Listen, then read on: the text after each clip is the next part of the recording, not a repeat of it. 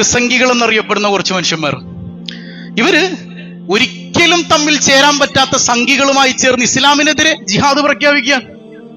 യഥാർത്ഥത്തിൽ ഇവർ ഈ സംഘപരിവാറിനോടൊപ്പം ചേർന്ന് നിൽക്കാൻ പറ്റുമോ? ഉത്തരേന്ത്യൻ സംസ്ഥാനങ്ങളിലേക്ക് കടന്നു ചെന്നാൽ ഏറ്റവും കൂടുതൽ ചർച്ചുകൾ പൊളിക്കുന്നതാരാ? സംഘികളാണ്. ഏറ്റവും കൂടുതൽ ചർച്ചിന് തീയിട്ടതാരാ? സംഘികളാണ്. അവിടെയുള്ള പാതിരിമാരെയും കന്യാസ്ത്രീമാരെയും ക്രൂരമായി വേട്ടയാടിയതാരാ?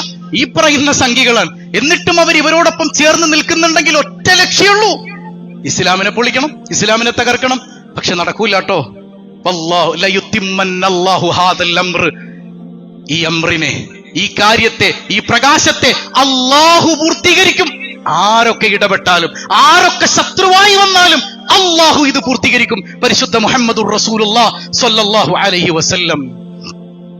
ഇപ്പോ വഖഫ് ബില്ലുമായി ബന്ധപ്പെട്ട ഒന്ന് രണ്ട് കാര്യങ്ങൾ. വഖഫ് ബില്ല് എന്താണ്? ഈ വഖഫ് ബില്ലിന്റെ ലക്ഷ്യം ഏതെങ്കിലുമൊക്കെ ഒരു സമുദായത്തെ ഉദ്ധരിക്കലാണോ? രാജ്യത്ത് ഐക്യമുണ്ടാക്കലാണോ? അല്ലല്ല. ബുദ്ധിയുള്ള ഒരു മനുഷ്യൻ ഈ വഖഫ് ബില്ലുമായി ബന്ധപ്പെട്ട ചർച്ചയിൽ പങ്കെടുക്കുകയും അല്ലെങ്കിൽ ഇതിനെക്കുറിച്ച് മനസ്സിലാക്കുകയും ചെയ്താൽ അവന് തിരിച്ചറിയുന്ന ഒരു കാര്യമുണ്ട്, ഒറ്റ ലക്ഷ്യം, ഇസ്ലാമാണ്. മുസ്ലിംകളെ അവരുടെ ന്യൂനപക്ഷപരമായ അവകാശങ്ങളെയൊക്കെ ഹനിച്ചിട്ട്, ഭരണഘടനാപരമായ അവകാശങ്ങളെയൊക്കെ ഹനിച്ചിട്ട് അവരെ അരുകുവൽക്കരിച്ച് മാറ്റി നിർത്തുക എന്ന ഒരൊറ്റ ഹിഡൻ അജണ്ട. ഇത് മാത്രമാണ് 100% ഈ വഖഫ് ബില്ലിന്റെ പിന്നിലുള്ളത്. അല്ല എന്ന് തെളിയിക്കാൻ പറ്റിയ ആരാളുള്ളത്? ഇല്ലേ? ഇപ്പൊ നിങ്ങൾ ചിന്തിച്ചു നോക്കും, മുത്തലാഖ് നിയമം ഇവിടെ കൊണ്ടുവന്നപ്പോ പറഞ്ഞ വാക്കെന്താ? ഇത് മുസ്ലിം സ്ത്രീകളെ ഉദ്ധരിക്കാനുള്ളതാണ്. എന്നിട്ട് എന്താ സംഭവിച്ചത്? കുറെ സംഘിച്ചികൾ വേഷം മാറി നിക്കാബ് ഇട്ട് വന്ന് ഞങ്ങൾ ഹൈ എന്ന് മുദ്രാവാക്യം വിളിച്ചതല്ലാതെ മുസ്ലിം സ്ത്രീകൾ ഉദ്ധരിക്കപ്പെട്ടോ? ഇവരുടെ ബില്ല് കാരണം. അതുപോലെ തന്നെ CAA കൊണ്ടുവന്നപ്പോ ഇത് ഒരു സമുദായത്തിനും എതിരല്ല എന്ന് പറഞ്ഞ ആളുകൾ, അവിടെയും ലക്ഷ്യം എന്തായിരുന്നു? ഇനി വഖഫ് ബില്ലിലേക്ക് കടന്നു വന്നാൽ ഒരു മതത്തിന്റെയും സ്വാതന്ത്ര്യത്തിൽ ഞങ്ങൾ കൈയിടൂല എന്ന് പറഞ്ഞിട്ട് ഇവരെന്തായി കാണിക്കുന്നത്? അപ്പൊ ബുദ്ധിയുള്ള മനുഷ്യർ ചിന്തിച്ചാൽ മനസ്സിലാകും, കൂടുതൽ ചിന്തിക്കാതെ തന്നെ വ്യക്താകും. ഈ ബില്ലുകളൊക്കെ ചൂടപ്പം പോലെ ചുട്ടെടുക്കുന്നത് ഒറ്റ ലക്ഷ്യത്തിന്മേലാണ്, ഇസ്ലാം വിരോധം. ഇസ്ലാമിനെ ഇല്ലാതാക്കണം. അള്ളാഹു പൂർത്തീകരിക്കും. നിങ്ങൾ എന്തൊക്കെ കളി കളിച്ചാലും, നിങ്ങൾ ഏതൊക്കെ ബില്ലടിച്ചിറക്കിയാലും, നിങ്ങൾ ഏതൊക്കെ നിയമങ്ങൾ പാസ്സാക്കിയാലും, ഏത് ബില്ല് നിയമമായി പുറത്തേക്ക് വന്നാലും തകരൂലട്ടോ. അള്ളാഹു പൂർത്തീകരിക്കും. സയ്യിദുനാ റസൂലുള്ളാഹ്. ഇപ്പോ ഈ വഖഫ് ബില്ലുമായി ബന്ധപ്പെട്ട ചർച്ച വരുമ്പോ ഇതൊരു തുടക്കാണോ? അല്ലല്ല. ഇത് ഒടുക്കമാണോ? അല്ല. അത് ഈ ഭരണകൂടം നിലവിൽ വന്നപ്പോഴുള്ള ഒരു അജണ്ടയുണ്ട്. അത് ഇസ്ലാമിനെ അരികുവൽക്കരിക്കുക എന്നുള്ളതാണ്. ഇവർ കൊണ്ടുവന്ന ഏത് നിയമം എടുത്തു നോക്കിയാലും ഒരേ ഒരു ലക്ഷ്യം അത് തന്നെയാണ്. അപ്പൊ അത്തരം ലക്ഷ്യങ്ങളുടെ ഒരു തുടർക്കഥ മാത്രമാണ് ഈ വഖഫ് ബില്ല് എന്ന് പറയുന്നത്. ഇന്നത്തോണ്ട് ഇത് അവസാനിക്കുന്നില്ല. നാളെ വേറൊരു ബില്ല് വരും, നാളെ വേറൊരു നിയമം വരും. ഇതിങ്ങനെ തുടർക്കഥയെന്നോണം നിങ്ങളുടെ പിന്നിലുണ്ടാകും. ഇത് സംഭവിക്കുമെന്ന് പഠിപ്പിക്കുന്നുണ്ട് സയ്യിദുനാ റസൂലുള്ളാഹി സ്വല്ലല്ലാഹു അലൈഹി വസല്ലം. കോർപ്പറേറ്റ് ഭൂമാഫിയകളുടെ അജണ്ട ഇതിന്റെ പിന്നിലുണ്ട് എന്ന് ആർക്കാണ് മനസ്സിലാകാത്തത്? അതിന്റെ കളിപ്പാവകളായി, അവരുടെ കളിപ്പാവകളായി യഥാർത്ഥത്തിൽ ഈ രാഷ്ട്രത്തിന്റെ അധികാരികൾ മാറുമ്പോ പണ്ടിവർ ബ്രിട്ടീഷുകാർക്ക് ചെയ്തു കൊടുത്ത പാദസേവയാണ് ഓർമ്മ വരുന്നത്. ബ്രിട്ടീഷുകാർക്ക് പാദസേവ ചെയ്തു കൊടുത്തിട്ട് ഇവർ ചെയ്ത പണി എന്താ? ഇവിടെയുള്ള മുസൽമാനെയും ഹൈന്ദവനെയും ക്രൈസ്തവനെയും ഭിന്നിപ്പിക്കുക എന്നതായിരുന്നു. ഇന്ന് കോർപ്പറേറ്റുകൾക്ക് പാദസേവ ചെയ്തിട്ട് ഇവർ ചെയ്യുന്ന പണി എന്താ? അതേ പണി തന്നെ, ഡിവൈഡ് ആൻഡ് റൂൾ.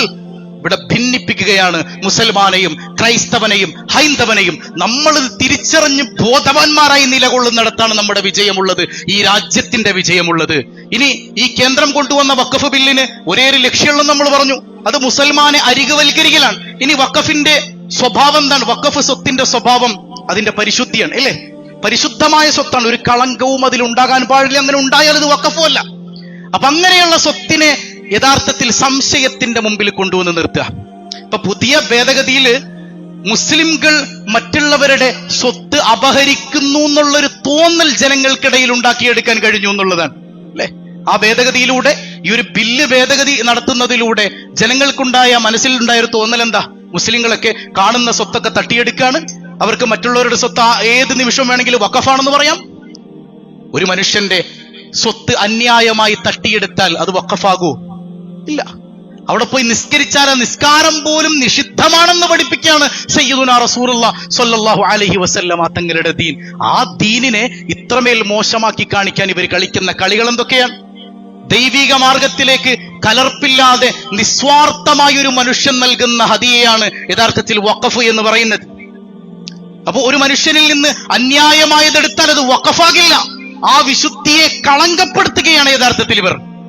ഇനി അതുപോലെ തന്നെ ഇന്ത്യയിലെ വഖഫിനെ കുറിച്ച് നമ്മൾ പറയുമ്പോൾ പലപ്പോഴും സംഘികളും ക്രിസംഘികളും പറയുന്ന ഒരു ഡയലോഗ് ഉണ്ട്, ഇവിടെ ശരീഅത്ത് നിയമമാണല്ലോ, നടത്തൂലടാ ശരീഅത്ത് നിയമം. എന്തൊരു വിരോധാഭാസമാണത്. ഇന്ത്യയിലെ വഖഫ് നിയമത്തിനെ കുറിച്ച് നമ്മൾ പറയുമ്പോൾ നമ്മൾ ക്രോസ് ചെയ്യുന്നത് എങ്ങനെയാണ്?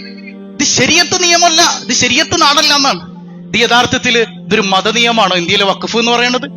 മറ്റുള്ള നിയമങ്ങൾ പാസ്സാക്കുന്നത് പോലെ രാജ്യസഭയും ലോകസഭയും ചേർന്ന്, പാർലമെന്റിലെ ഇരു സഭകളും ചേർന്ന് അവിടുന്ന് പാസ്സായി വന്ന ബില്ല് രാഷ്ട്രപതി ഒപ്പിട്ട് നിയമമായതാണ് യഥാർത്ഥത്തിൽ വഖഫ് ബില്ല് എന്ന് പറയുന്നത്. ഇതിനൊക്കെ മതത്തിന്റെ പേരിൽ എഴുതി ചേർക്കുന്നവർക്ക് ഹിഡൻ അജണ്ടയില്ലേ? ഹിഡൻ എന്നല്ല, അത് വ്യക്തമായി നമുക്ക് ബോധ്യപ്പെടുന്ന അജണ്ട തന്നെയല്ലേ. ഇനി വിശാലമായ മതേതര കാഴ്ചപ്പാടിൽ നിന്നുകൊണ്ട് അന്നത്തെ പാർലമെന്റേറിയൻസ് കൃത്യമായി പാസാക്കിയെടുത്ത നിയമങ്ങളെയൊക്കെ മതത്തിന്റെ പേരിൽ ചാപ്പയടിച്ചുകൊണ്ട് ഇസ്ലാമിനെ അരികുവൽക്കരിക്കുമ്പോ ഇതൊരു മുസൽമാന്റെ പ്രശ്നമല്ല, ഇത് ഭരണഘടനയുടെ പ്രശ്നമാണ്, ഇത് രാജ്യത്തിന്റെ പ്രശ്നമാണെന്ന് ബോധ്യപ്പെടുത്തിക്കൊണ്ട് എല്ലാവരെയും ചേർത്ത് പിടിച്ച് ഒത്തൊരുമിച്ച് നിന്ന് പ്രതിഷേധിക്കാൻ നമുക്ക് കഴിയണം. അള്ളാഹു നമുക്ക് ബലം നൽകുമാറാകട്ടെ. ഇപ്പോ ഈ ക്രൈസ്തവ പാതിരിമാർ, ചില ക്രിസംഖികളൊക്കെ മുനമ്പത്ത് പോയി നിന്ന് ആഘോഷിക്കുകയാണ്, പടക്കം പൊട്ടിക്കുകയാണ്. കാണുമ്പോൾ അവരുടെ ഒരു അവസ്ഥ ഓർത്തിട്ട് സങ്കടം വരികയാണ്. ഇവരുടെ ചതിയിൽ അവർ വീണുപോയല്ലോ എന്നാണ് ഈ ക്രിസംഖികളുടെ.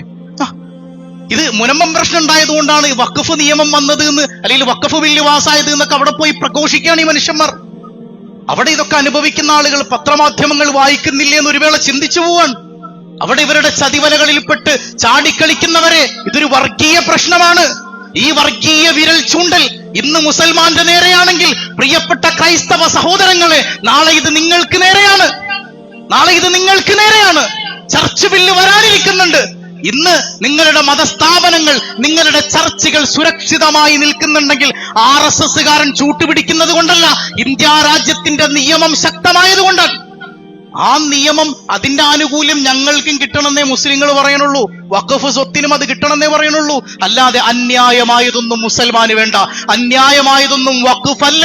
അവിടെ ഞങ്ങൾ പ്രാർത്ഥിച്ചാൽ ആ പ്രാർത്ഥന പോലും നിഷിദ്ധമാണെന്ന് പഠിപ്പിക്കുന്ന മതമാണ് അള്ളാഹുവിന്റെ മതം. ഇനി ഈ ഭേദഗതി കൊണ്ടുവരുന്നതോടുകൂടെ വഖഫ് ട്രൈബ്യൂണൽ അത് അപ്രസക്താകും, അല്ലേ? ട്രൈബ്യൂണൽ അപ്രസക്താകും. അതിന് പിന്നെ പേരിനുണ്ട് എന്നല്ലാതെ അതിനൊരു വാല്യൂ ഉണ്ടാവൂല. പിന്നെ അതുപോലെ തന്നെ തർക്കത്തിലിരിക്കുന്ന വഖഫ് സ്വത്ത്, അതാണ് ഏറ്റവും കോമഡി. തർക്കത്തിലിരിക്കുന്ന വഖഫ് സ്വത്തിൽ തീരുമാനം പറയാൻ ആ സംസ്ഥാനത്തെ ഏറ്റവും ഉയർന്ന ഉദ്യോഗസ്ഥനാണ് അധികാരമുള്ളതെന്നാണ്. നിങ്ങളൊന്ന് ചിന്തിച്ചു നോക്കിയേ, ഇതൊരു കോമഡി അല്ലേ? ഇനി BJP ഭരിക്കുന്ന സംസ്ഥാനമാണെങ്കിൽ ആ സംസ്ഥാനത്തെ ഉദ്യോഗസ്ഥൻ എന്ത് തീരുമാനം എടുക്കുക? ഈ വഖഫ് സ്വത്തിന്റെ വിഷയത്തിൽ എന്ത് തീരുമാനം എടുക്കുക? ഇനി BJP ഭരിക്കുന്ന സംസ്ഥാനാകണ്ട, ഈ പറയുന്ന ഹിന്ദുത്വ തീവ്രവാദ മനസ്സുള്ള ഏതെങ്കിലും ഒരുത്തനാണ് ഏത് സംസ്ഥാനത്ത് അധികാരിയായി ഇരിക്കുന്നതെങ്കിലും അവനത് നീട്ടിക്കൊണ്ടുപോകാനും അവന് തോന്നുന്ന തരത്തിൽ അതിന് വിധി പറയാനും വിധി പ്രസ്താവിക്കാനും കഴിയുമെങ്കിൽ ഈ വഖഫ് സ്വത്തൊക്കെ അന്യാധീനപ്പെടുത്തുക, ഇതൊക്കെ കോർപ്പറേറ്റുകളുടെ കാൽ കീഴിൽ കൊണ്ടുപോയി ഓച്ചാനിച്ച് നിൽക്കുക എന്ന ഈ പറയുന്ന സംഘ ഗവൺമെന്റിന്റെ ഏറ്റവും വലിയ കുടില തന്ത്രമല്ലേ ഇത്? ഏറ്റവും കുടിലമായ തന്ത്രമല്ലേ? ഇപ്പൊ ബുദ്ധിയുള്ളവൻ ഇതൊക്കെ ചിന്തിച്ചാൽ മനസ്സിലാകും എന്നുള്ളതാണ്. ഇപ്പൊ വിശ്വാസ പ്രാധാന്യമുള്ള വഖഫ് എന്ന് പറയുന്ന സംഗതിയിലേക്ക് മറ്റൊരു കോമഡി അമുസ്ലിങ്ങളെ പ്രവേശിപ്പിക്കലാണ്. വഖഫ് ബോർഡ് അംഗങ്ങളായി മുസ്ലിംകളല്ലാത്ത ആളുകൾക്കും പ്രവേശിക്കാൻ പറ്റും എന്നുള്ളതാണ്. ഇതൊരു വിശ്വാസ പ്രാധാന്യമുള്ള സംഗതിയാണ്. ഇതുമായിട്ട് പുലബന്ധം പോലും ഇല്ലാത്ത ആളുകൾ അതിന്റെ ഉള്ളിലേക്ക് വരിക എന്ന് പറയണത് അല്ലേ, അത് അൺസഹിക്കബിൾ ആണ്. സഹിക്കാൻ പറ്റുന്ന ഒന്നാണോ ഇത്? യഥാർത്ഥത്തിൽ മതപരമായ ഒരു കാര്യത്തെ രാഷ്ട്രീയവൽക്കരിക്കുന്ന ഏറ്റവും നികൃഷ്ടമായ ഒരു കാഴ്ച നമുക്കിവിടെ കാണാൻ പറ്റും. ദേവസ്വം ബോർഡിൽ എന്തുകൊണ്ട് ഇതര മതസ്ഥരെ പ്രവേശിപ്പിക്കുന്നില്ല? നമ്മൾ പറയുന്നുണ്ടോ ഞങ്ങൾക്കും ദേവസ്വം ബോർഡിൽ കയറണമെന്ന്? പറയുന്നില്ല, ഇല്ല. പക്ഷെ മുസ്ലിംകളുടെ വിഷയം വരുമ്പോ അവരുടെ കാര്യങ്ങളൊക്കെ ഞങ്ങളുടെ കൺട്രോളിലാകണം. മുസ്ലിംകളുടെ വിശ്വാസപരമായ കാര്യങ്ങൾ പോലും ഭരണകൂടത്തിന്റെ ഇടപെടലിന് കഴിയുന്നതാകണമെന്ന ഏറ്റവും മോശമായ ഭരണഘടനയുടെ പച്ചയായ ലംഘനമല്ലേ ഇവിടെ നടക്കുന്നത്?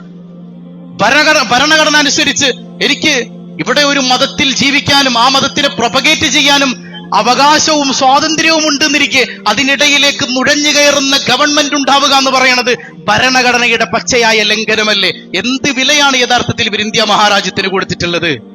എന്ത് വിലയാണ് ഇവർ കൊടുത്തിട്ടുള്ളത്? അതുകൊണ്ട് തന്നെ ഇത് കേവലം ഒരു മുസൽമാന്റെ പ്രശ്നം മാത്രമല്ല, ഇത് ഭരണഘടനയുടെ പ്രശ്നമാണ്. ഇത് രാജ്യത്തിന്റെ പ്രശ്നമാണ്. ഇവിടെ മുസൽമാൻ മാത്രം എഴുന്നേറ്റ് നിന്നാൽ പോരാ. ഇവിടെ മുസൽമാനും ക്രൈസ്തവനും ഹൈന്ദവനും മതമുള്ളവനും ഇല്ലാത്തവനും ഒന്നിച്ചെഴുന്നേറ്റ് നിന്ന് പ്രതിഷേധിക്കാൻ കഴിയണം. ചിലര് ചോദിക്കുന്നുണ്ട്, ഇനിയിപ്പോ പ്രതിഷേധിച്ചിട്ട് എന്താ കാര്യം, രാഷ്ട്രപതി ഒപ്പിട്ടാ പിന്നെ നിയമാകൂലേ എന്നാണ്. എന്ത് ചെയ്യാതി വർച്ചാനാണത്? എടോ, ഇനി നിയമായിക്കോട്ടെ, ഇവിടെ ഒന്നിച്ചെഴുന്നേറ്റ് നിന്ന് നിലവിളിക്കാൻ പറ്റുന്ന വലിയൊരു സമൂഹമുണ്ട് എന്ന് ബോധ്യപ്പെടുത്താനെങ്കിലും കഴിയണ്ടേ? ഒന്നുമില്ലാതെ മിണ്ടാതെ നാൽക്കാലികളെ പോലെ ഇരുന്നാൽ അവർക്കും നമുക്കും തമ്മിൽ എന്ത് വ്യത്യാസമാണുള്ളത്? പ്രതിഷേധിക്കാതെ പിന്നെ മിണ്ടാതിരിക്കണോ? ഇവിടെ മുസ്ലിം സംഘടനകളുണ്ട്. ഈ സംഘടനകൾ എല്ലാവരും തന്നെ സുപ്രീം കോടതിയെ സമീപിക്കണം. ഇങ്ങനെ ചില ആളുകൾ ഇവിടെ ഉണ്ട് എന്ന് ബോധ്യപ്പെടുത്താൻ നമുക്ക് കഴിയണം. ആ ഒരു ഐക്യം നമുക്കിടയിൽ ഉണ്ടാകണം. പൊതുവിഷയത്തിലെങ്കിലും ഒന്നിച്ചിരിക്കാൻ ഉമ്മത്തിന് കഴിയണം.